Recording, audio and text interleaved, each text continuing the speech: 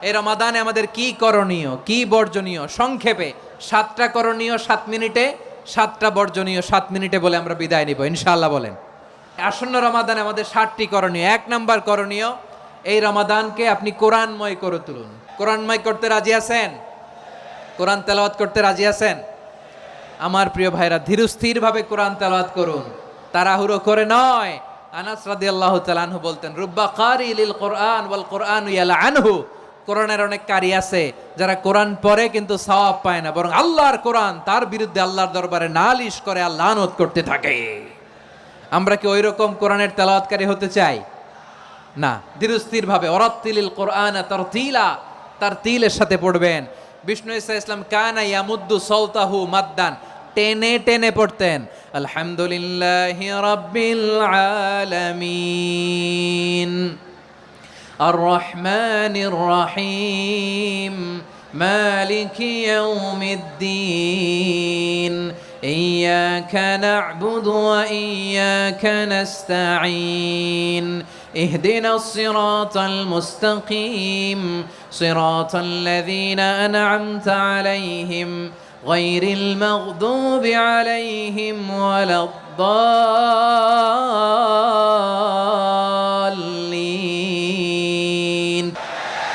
كان يمد صوته مدا টেনে টেনে পড়তেন। ওয়াকানা ইউকাত্তিউ আয়াতান আয়াতান, প্রত্যেক আয়াত পড়ে পড়ে তিনি থামতেন। এভাবে কোরআন পড়তে হবে। আমাদের অনেক মা বোনেরা আজকের এই চাঁপাইনবাবগঞ্জের প্রোগ্রামের অনেকগুলো মহিলা প্যান্ডেল আমি ল্যান্ডিং করার সময় দেখেছি। আমার অনেক বোনেরা ওনারা কোরআন খতম করতে যে এমনভাবে তেলাওয়াত করেন, কোরআন তেলাওয়াতের আদব আর অবশিষ্ট থাকে না। আমরা তার তিলের সাথে তেলাওয়াত করব, যেমনটি আমি পড়ে শোনালাম। বিষ্ণু ইসলাম প্রতি আয়াত শেষে থামতেন, টেনে টেনে পড়তেন, তার তিলের সাথে পড়তেন, সুর করে পড়তেন। মানলাম ইয়াতাগান্না বিল কোরআন ফালাইসা মিন্না, যে সুর করে কোরআন পড়ে না সে আমার উম্মত হতে পারে।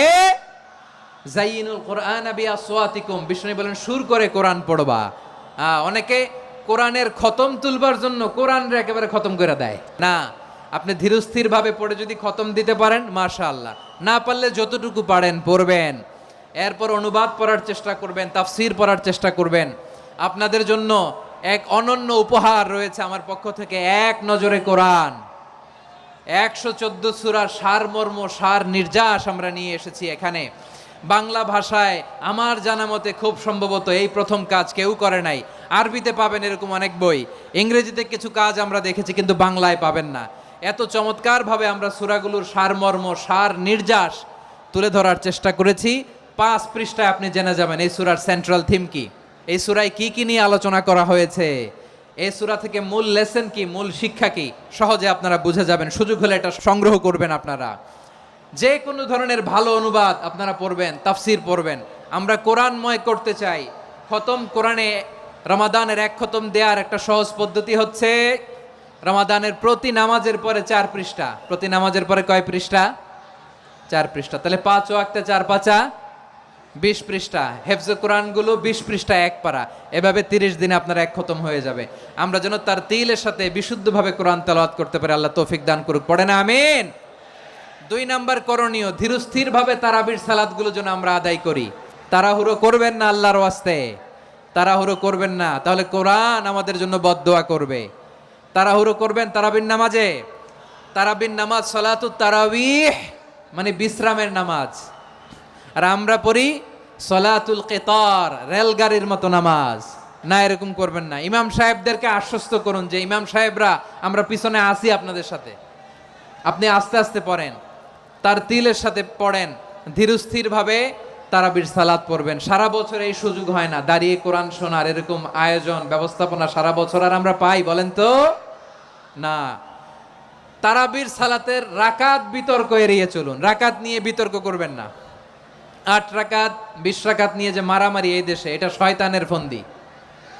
চিল্লায় বলেন, এটা কার ফন্দি? আমরা 20 রাকাত পড়ি, আপনারা হয়তো 8 রাকাত পড়েন, কোনো অসুবিধা নাই। আমরা যারা 20 রাকাত আমরা পড়তেছি, আমরা 20 রাকাতের কথাই বলি। 20 রাকাত আমরা পড়বো আজীবন। সৌদি আরবে মক্কা মদিনায় 20 রাকাত পড়ে, কোনো অসুবিধা নাই। অন্যান্য মসজিদগুলোয় 8 রাকাত পড়ে। এই নিয়ে এদের মধ্যে মারামারি আছে? হ্যাঁ, এই জন্য রাকাত বিতর্ক এড়িয়ে চলবেন। প্রিয় ভাইয়েরা, আপনার আমল আল্লাহর কাছে কবুল হবে সংখ্যার বিচারে না উত্তমতার বিচারে? বলেন তো। উত্তমতার বিচারে। কত চমৎকার ভাবে আপনি আল্লাহর সামনে দাঁড়াতে পারছেন এটা বিবেচ্য। রুকু সেজদাগুলো সুন্দরভাবে করবেন। রুকু থেকে সোজা হয়ে দাঁড়ানো ওয়াজিব, দুই সেজদার মাঝখানে সোজা হয়ে বসা ওয়াজিব। এই তাদিলুল আরকান বাদ দিলে হানাফি মাযহাব মতে সৌ সেজদা দিতে হবে, অন্য মাযহাব মতে নামাজই হবে না আপনার। এই জন্য ধীরস্থির ভাবে তারাবির সালাত যেন আমরা আদায় করি। পারা যাবে তো ইনশাআল্লাহ? 3 নাম্বার, তাহাজ্জুদের সালাত আদায় করুন। বছরের অন্য সময় উঠতে পারি না, অনেকে বলে হুজুর উঠতে পারি না, কিন্তু রমাদানে সাহারি খাওয়ার জন্য তো ওঠাই লাগে। কি বলেন? আল্লাহর হাবিব বলেন তাসাহহারু ফা ইন্না ফিস সাহুরি বারাকা, তোমরা সাহারি খেও কেননা সাহারির ভেতরে বরকত ঢুকায় দিয়েছে কে? একটা খেজুর, এক গ্লাস পানি খেলো সারা দিন আপনাকে তরতাজা রাখে কে? তো সাহারির জন্য যেহেতু উঠতেই হয়, সাহারি খাওয়ার আগে বা পরে 2 রাকাত 4 রাকাত তাহাজ্জুদ পড়া যাবে না? রব্বুল আলামিন বলেন ওয়ামিনাল লাইলি ফাতাহাজ্জাদ বিহি নাফিলাতান লাকা আসা আইয়াবআসাকা রাব্বুকা মাকামাম মাহমুদা। ও নবী, রাতের কিছু অংশ সময় তাহাজ্জুদের সালাত আপনি আদায় করবেন, কারণ এই তাহাজ্জুদ হলো আপনার জন্য নাফিলাতাল লাক, অতিরিক্ত ফরজ। আপনাকে মাকামে মাহমুদে অধিষ্ঠিত করবে কে? এজন্য যারা সম্মানিত হতে চান, সম্মানের আসনে যেতে চান, তাদের জন্য তাহাজ্জুদ অবধারিত। আমরা রমজানে সাহারির আগে তাহাজ্জুদ পড়তে চাই কি চাই না? এই নামাজটারে আল্লাহ বড্ড ভালোবাসেন। কেন জানেন? কারণ গভীর ঘুমকে স্যাক্রিফাইস করে আমরা এই নামাজ পড়ি।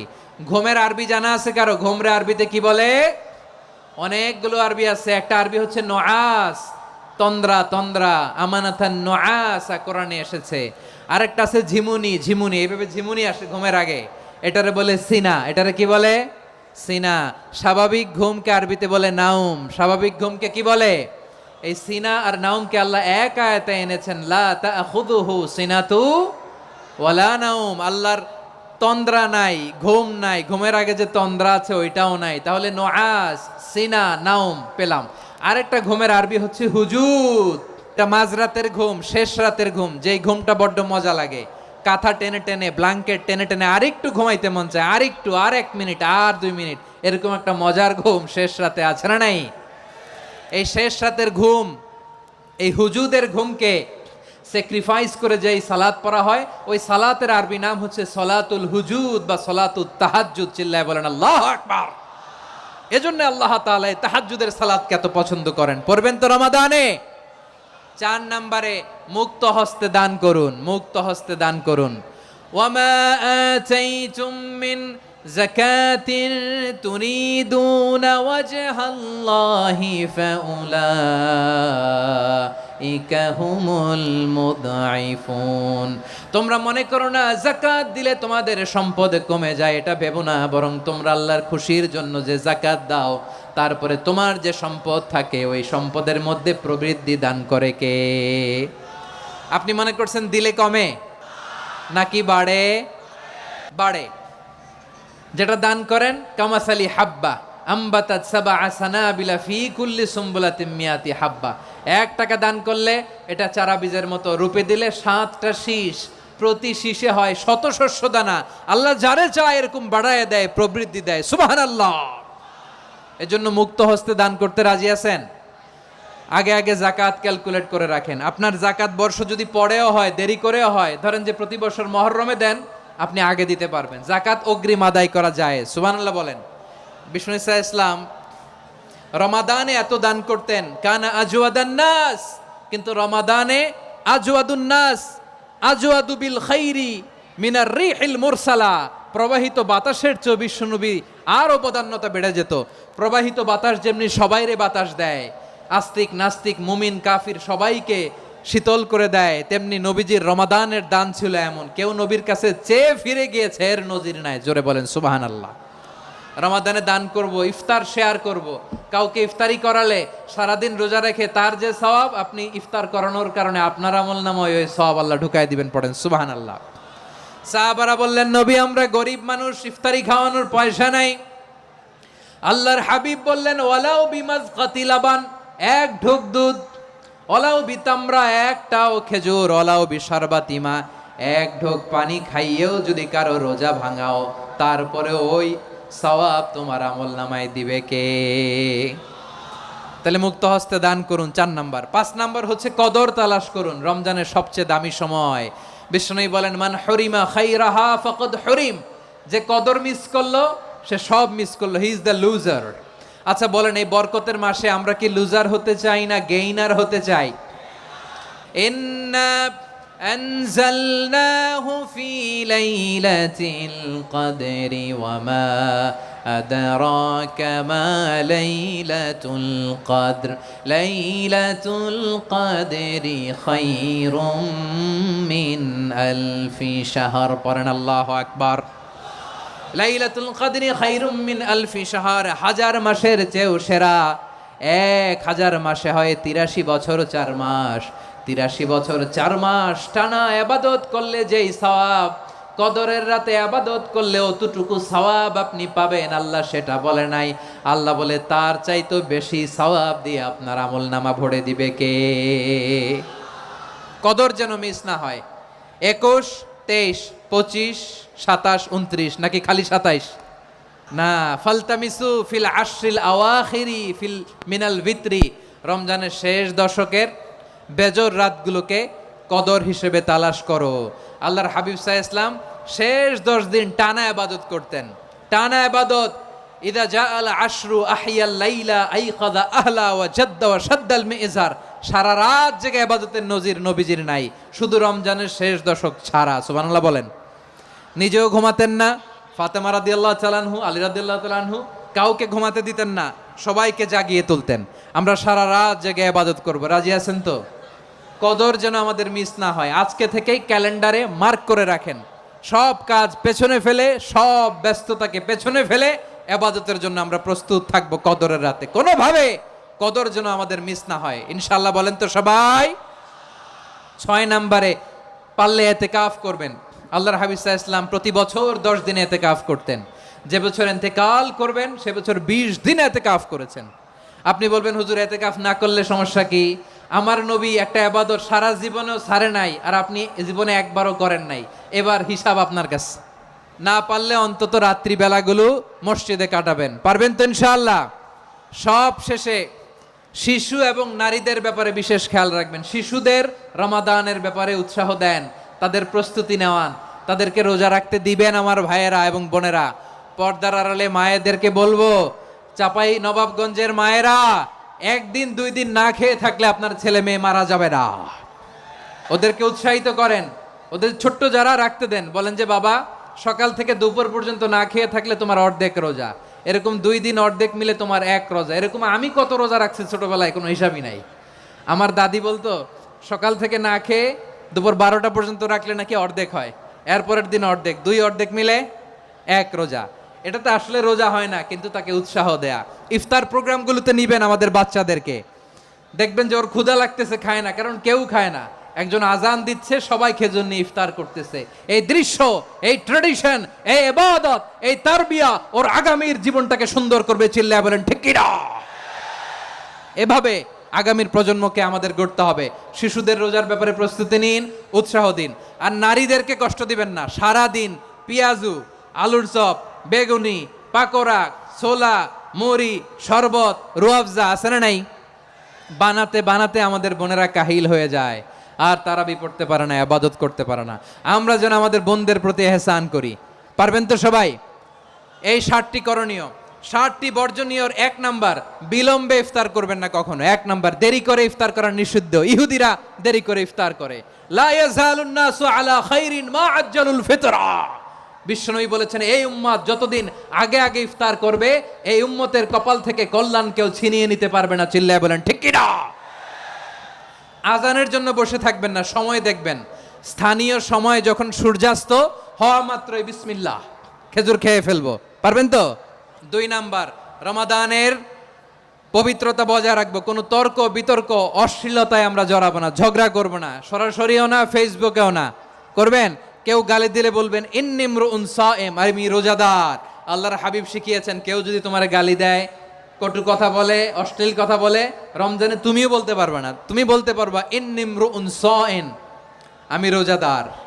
আজকে থেকে নিয়ত করেন, রমজানে কেউ গালি দিলে আপনি একটা গালি দিবেন নাকি? কি বলবেন?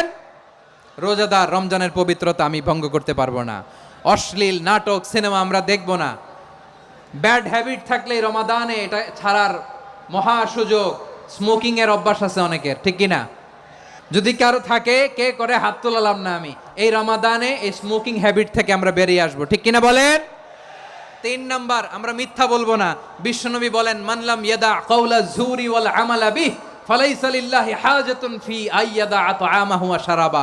যে রমজানে মিথ্যা কথা, মিথ্যা কাজ, মিথ্যা সাক্ষী ছাড়তে পারে নাই, তার না খেয়ে থাকা, উপবাস থাকা দিয়ে আল্লাহর কিছু যায় আসে না।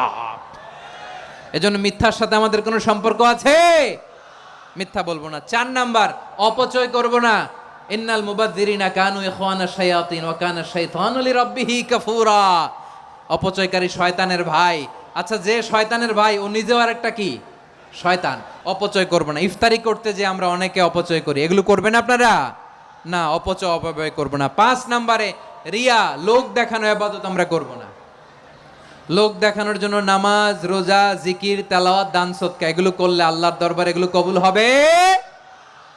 বিশ্বনবী বলেন, দাজ্জালের ফিতনার চেয়ে একটা বড় ফিতনার ভয় আমি করি, সেটা কি? আর রিয়া, শো অফ মেন্টালিটি, লোক দেখানো মানসিকতা।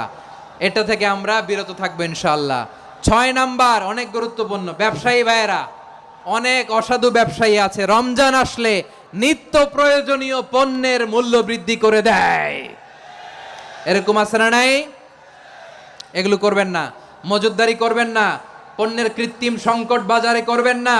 আপনি লাখ টাকা কামায়া ভাবছেন যে রোজাদারদের কষ্ট দিয়ে ধনী হবেন, এমন রোগ আল্লাহ আপনারে দিবে, কোটি টাকা দিয়েও আপনি হাসপাতালের বিল পরিশোধ করার ক্ষমতা আপনার হবে না।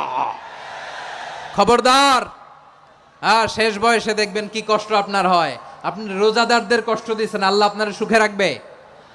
আল্লাহর দোহাই লাগে, আমার ব্যবসায়ী ভাইয়েরা এটা করবেন না। আরব বিশ্বে আমরা দেখেছি, আরব বিশ্বের ব্যবসায়ীরা সারা বছরে ব্যবসা করে, রমজানে ভর্তুকি দেয়। আর আমার দেশের কিছু অসাধু ব্যবসায়ী রমজানে গলাকাটা ব্যবসা করে আর সারা বছর সইটার উপর দিয়ে চলে। চিল্লায় বলেন ঠিক কিনা? করবেন না, এটা করবেন না। নিত্য প্রয়োজনীয় পণ্যের মূল্য বৃদ্ধি করা হারাম, পণ্যের কৃত্রিম সংকট তৈরি করা হারাম, মজুদদারি করা হারাম, রোজাদারদেরকে কষ্ট দেয়া হারাম, এটা করবেন না। 7 নাম্বারে সর্বশেষ কথা, অধীনস্থ যারা আছে তাদের কাজের চাপ আপনারা কমিয়ে দিবেন। কাজের লোক, ফ্যাক্টরির ওয়ার্কার, স্টাফ, তাদের প্রতি যদি রহম করেন, আপনার উপর রহম করবে কে? এই পবিত্র রমাদানের 7টা করণীয়, 7টা বর্জনীয় মনে রাখা যাবে তো ইনশাআল্লাহ? রমজানের 7টা করণীয় এবং বর্জনীয় যে আমরা শুনলাম, পালন করার তৌফিক দান করো।